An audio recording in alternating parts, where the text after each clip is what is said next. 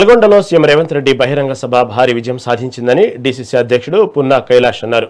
ఈ విజయం ఓర్వలేకే BRS BJP నేతలు సోషల్ మీడియాలో అసత్య ప్రచారాలు చేస్తున్నారని మండిపడ్డారు. ధైర్యం ఉంటే గడియారం సెంటర్లో బహిరంగ చర్చకు రావాలని సవాల్ విసిరారు. రాబోయే స్థానిక ఎన్నికల టికెట్లు తన సారథ్యంలోనే ఖరారవుతున్నాయన్నారు.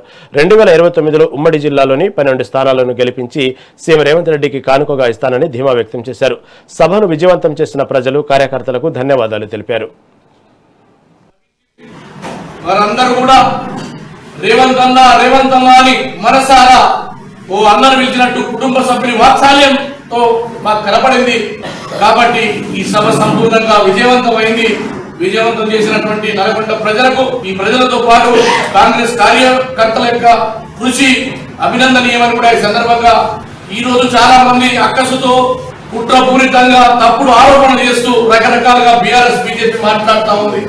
నేను అడుగుతున్నా, 10 సంవత్సరాల్లో ఎస్ఎల్బీసీ పూర్తి చేయలే, ఇష్టరాంపల్లి రిజర్వాయర్ పూర్తి చేయలే, నెల్లికల్లు పూర్తి చేయలే, అదేవిధంగా బామ్మల వెళ్ళేవాళ్ళ పూర్తి చేయలే, ఎక్కడ రోడ్లు వేయలే, కొత్త చెరువు దోలే, కొత్త ఉద్యోగాలు ఇయలే.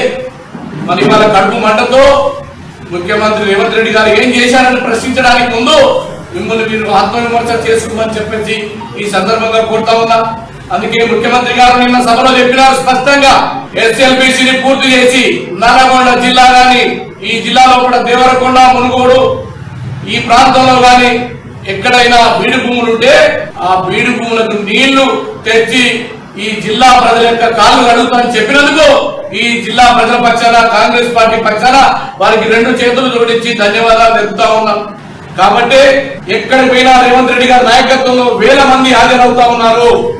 ఇది ముఖ్యమంత్రి గారికి ఆదరణ లభిస్తా ఉంది. వారి నాయకత్వంలో తిరుగులేదు. గడిచినటువంటి సర్పంచ్ ఎన్నికల్లో దాదాపు 80% 90% మున్సిపాలిటీలను గెలుచుకోవడం జరిగింది. గౌరవ ముఖ్యమంత్రి గారి నాయకత్వంలో మున్సిపాలిటీ